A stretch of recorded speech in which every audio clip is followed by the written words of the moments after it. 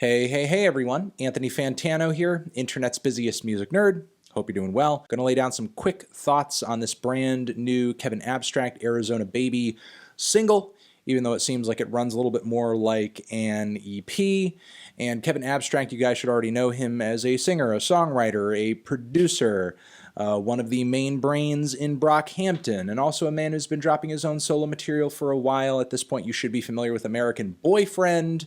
If not, the dude creates a pretty unique atmosphere of hip-hop and R&B and acoustic and singer-songwriter music, and it's a pretty intimate and a personal record that I think I have come to appreciate a lot more in retrospect. But anyway, so Kevin has dropped new material over here, which is exciting and interesting given that there are a lot of fans out there that have been theorizing and guessing as to when you might see Brockhampton fracture a little bit, and you might see members of the group that are personal favorites of certain fans come out with their own solo material.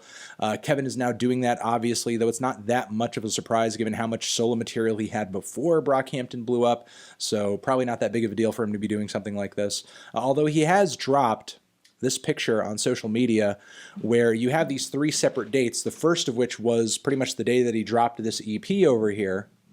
And we're assuming that maybe he's going to drop more EPs or more solo material or more something on the next couple of weeks. And again, assuming that that's going to be music as well. We have this first EP, or this first occurrence on these three dates here in front of us, Arizona Baby, and it's a decent trio of tracks. The whole thing kicks off with Big Wheels, which is a pretty straightforward hip-hop track with a kind of influenced trap beat, although a lot of the synths surrounding the beat are a little warped, a little wonky, kind of strange, sort of surreal. Kevin's flow is decent. There are a lot of bars on this track calling people out for claiming that he's not gay or that he's queer baiting and so on and so forth. It's a pretty short cut, not too unlike a lot of the sort of 1-minute tracks we've seen thrown into the Brockhampton Saturation series.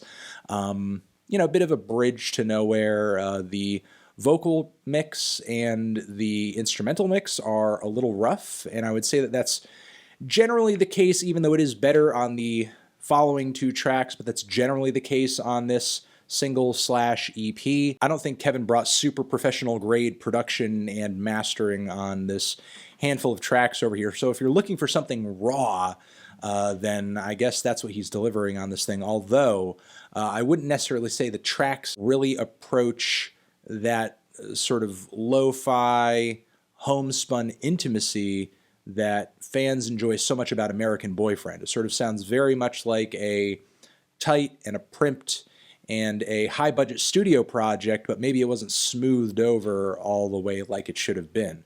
The following track over here, Joyride, is not a huge surprise on the influence side, given that it just sounds like Andre 3000 has had a huge impact on the sound of this cut. In fact, this song, in my opinion, sounds a lot like a song that could have been on his Love Below album. It's very much like Hey Ya inspired. Some real strong Hey Ya vibes coming off of this track, given the bustling beat, given the peppy, bright, kind of triumphant feel-good horns, given the flow Kevin brings on this track too.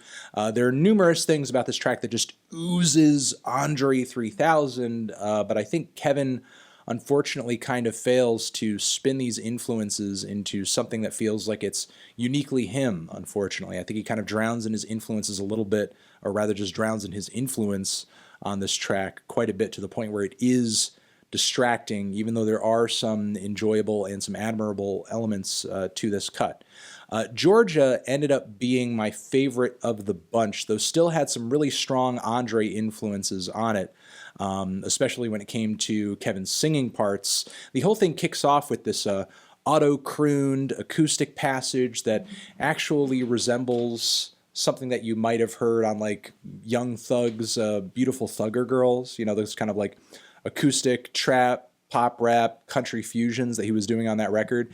It's almost like Kevin is attaining that a little bit on this track over here, and it's not a bad mix of sounds and influences. I think the tune, for the most part, is a bit more solid as well. I kind of found myself coming away from this one humming the tune. It was stuck in my head a bit more, whereas with Joyride, I feel like a lot of that song was kind of lost in the hustle and bustle of the speedy flows, the horns, the very busy percussion and the somewhat muddy and lackluster mix. Overall, with this handful of cuts over here, it's okay. To me, it reads more like something that a hardcore fan would want to listen to over and over and over and kind of indulge in.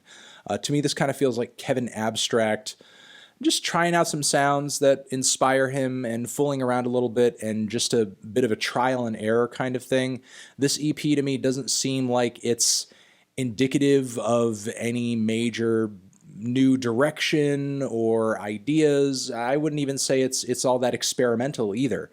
To me, it just kind of seems like Kevin embracing his influences, a very short list of them, to the point where it becomes kind of distracting and there's nobody else there in the creative process to really balance that out and provide another idea, another voice, another something. So unfortunately, I feel like a lot of these songs come off a bit one-dimensional. And again, not really attaining that that youthful and that acoustic and that kind of homespun intimacy that was so great about his previous solo material.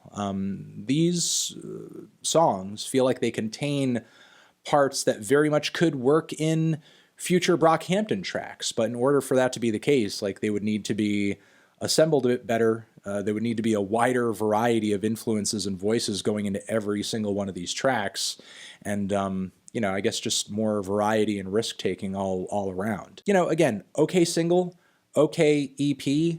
It's not anything I see myself jumping back into anytime soon. Certainly, you know, I guess gives you a bit of insight as to what sort of sounds and what sort of ideas and what artists Kevin gravitates to and what sort of inspires him to do what he does. Hearing him rap from a more personal experience on the opening cut, whether it be about perceptions of his sexuality or his fame or his family, was kind of interesting. But, you know, for the most part, again, I don't think I'm going to be rushing back to listen to Arizona Baby anytime soon. Not for it being awful or anything like that, but I guess just generally underwhelming, I suppose. I am going to leave it at that. Over here next to my head is another video that you guys can check out. Hit that up, or the link to subscribe to the channel. Anthony Fantano, Kevin Abstract, Arizona Baby, forever.